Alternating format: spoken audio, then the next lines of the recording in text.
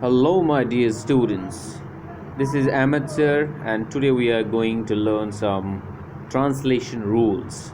You know, so this is the sheet, homework sheet, which I have given you to translate them into English. So this sheet contains 10 sentences of Hindi. What you have to translate them into English. So most of the students have tried their best, but they have committed mistakes. They have made mistakes. So today I'm going to explain you the rules which clarifies your confusions, your doubts. So let's start. Rule number first, what we have: if there is a word in a sentence which notifies time, then we always use the structure of simple present tense.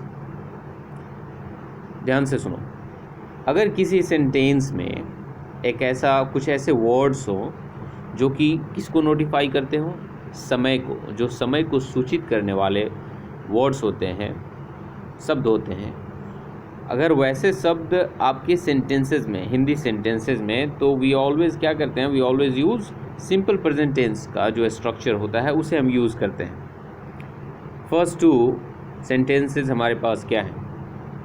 कल मैं मुंबई के लिए प्रस्थान करूंगा। Second, हम लोगों का school अगले सप्ताह खुलेगा। तो यहाँ पर कल और अगले सप्ताह मतलब टुमारो और नेक्स्ट वीक क्या है, टाइम को नोटिफाई कर रहे हैं। तो इसके लिए हम क्या यूज़ करेंगे, सिंपल प्रेजेंट टेंस का जो स्ट्रक्चर होता है उसको हम यूज़ करेंगे सेंटेंसेस को ट्रांसलेट करने के लिए into English. I leave for Mumbai tomorrow, not I will leave for Mumbai tomorrow. I will leave for Mumbai tomorrow ये कहना सही नहीं होगा। Our school reopens next week, our school will reopen next week ये कहना बिल्कुल गलत होगा, है ना। तो जहाँ पर भी वैसे वर्ड्स आ जाते हैं जो कि टाइम को नोटिफाई करते हैं, वहाँ पे हम सिंपल प्रेजेंट टेंस यूज़ करते हैं। Okay, rule number two, what we have, unless means if not. Unless का मतलब होता है इफ़ नॉट, मतलब जब तक नहीं, जब तक नहीं।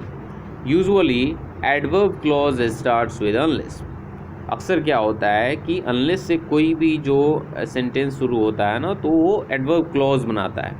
क्या बनाता है? एडवर्ब क्लॉज बनाता है।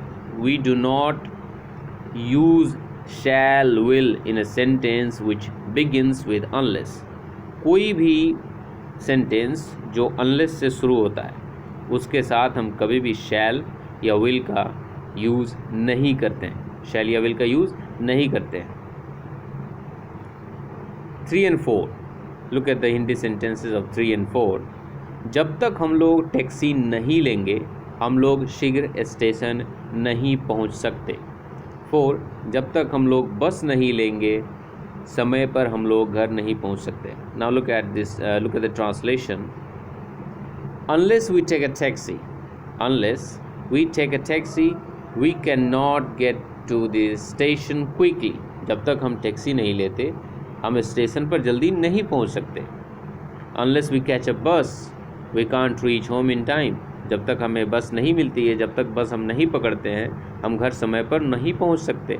तो इसके साथ हम शैल या विल का यूज़ नहीं करेंगे, जबकि वाक्य में, जबकि सेंटेंसेस में गागेगी होगा भी। तो देखो यहाँ पे गागेगी है।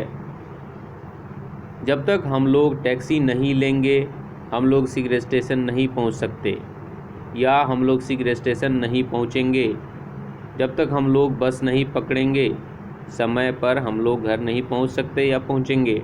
यहाँ पर हम लोग शैल या विल का यूज़ नहीं करेंगे। Hope this is clear to you. Rule number 3, what we have, don't mind या डजंट माइंड का मतलब होता है, का अर्थ होता है आपत्ति नहीं होना, आपत्ति नहीं होना। But generally a verb following it have ing in it। लेकिन don't mind या doesn't mind के बाद जो भी verb आता है उसमें हमेशा ing लगा हुआ होता है, उसमें हमेशा ing लगा हुआ होता है। Okay, I don't mind waiting here for an hour। I don't mind waiting here for an our, यहाँ पे डोंट माइंड के बाद एक वर्ब आया है वेट, एक वर्ब आया है वेट, उसके साथ हमेशा ing आएगा क्योंकि ये रूल है। ओके, सो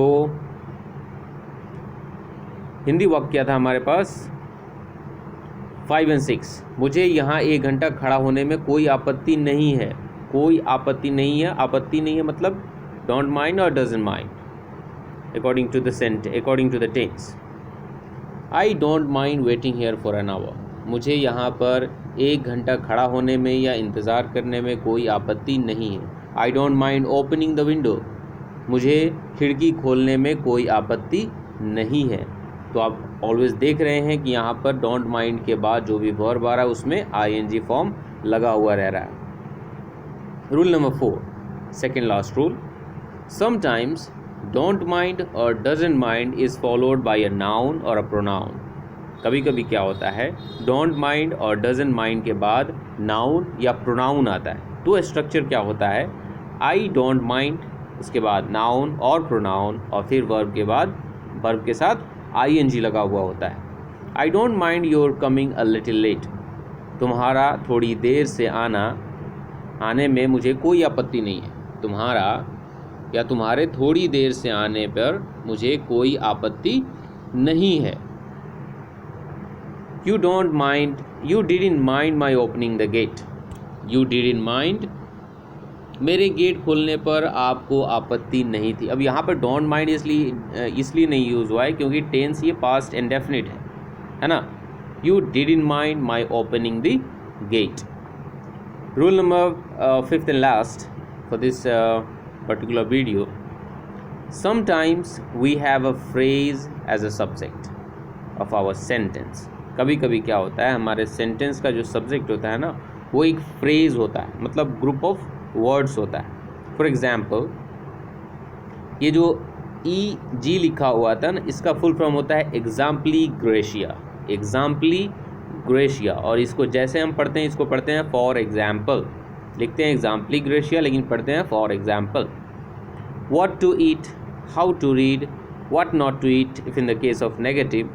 तो ये सारे क्या हैं, अ ग्रुप ऑफ वर्ड्स हैं जो कि फ्रेजेस कहलाते हैं, और ये phrases as a subject of sentence कभी कभी काम करते हैं। तो स्ट्रक्चर ये होता है question word plus not if the sentence is negative plus 2 plus V1। Okay, हमारे पास लास्ट 2 सेंटेंसेस क्या आते हैं हिंदी के, क्या खाएं यह एक समस्या है, कैसे पढ़ें यह एक प्रश्न है। So what to read is a question and what to eat is a problem. Okay, so what to eat is a problem, ये कहना बिल्कुल सही होगा। what to eat this is a problem ये कहना बिल्कुल गलत होगा, क्योंकि यहाँ पर this सब्जेक्ट नहीं है, यहाँ पर सब्जेक्ट क्या है what to eat। अगर हम क्वेश्चन पढ़ते हैं what is a problem, अगर हम आपसे क्वेश्चन पूछते हैं what is a problem, आपका आंसर होगा what to eat, मतलब क्या खाएं यही प्रॉब्लम है। क्या प्रॉब्लम है तो क्या खाएं यही प्रॉब्लम है। So this is not the subject here, what the subject here is the group of words which is a phrase, what to eat is a problem. Similarly how to read is a question, कैसे पढ़ें यह एक समस्या है, not how to read this is a problem. If you say how to read this is a problem, so in this sentence how to read will no longer be the subject of a sentence, this will be the subject of a sentence which completely devastates the idea of the sentence. Okay, so this was the 5 rules for the particular sheet which I have given. Hope I could have cleared all your doubts and confusions, right? अगर अभी भी आपको कोई किसी rules में problem है, you can directly ask me on my WhatsApp number, as you all know. See you in the next chapter, see you in the next video with some new rules. Till then, take a good care of yourself and your family. See you, bye bye.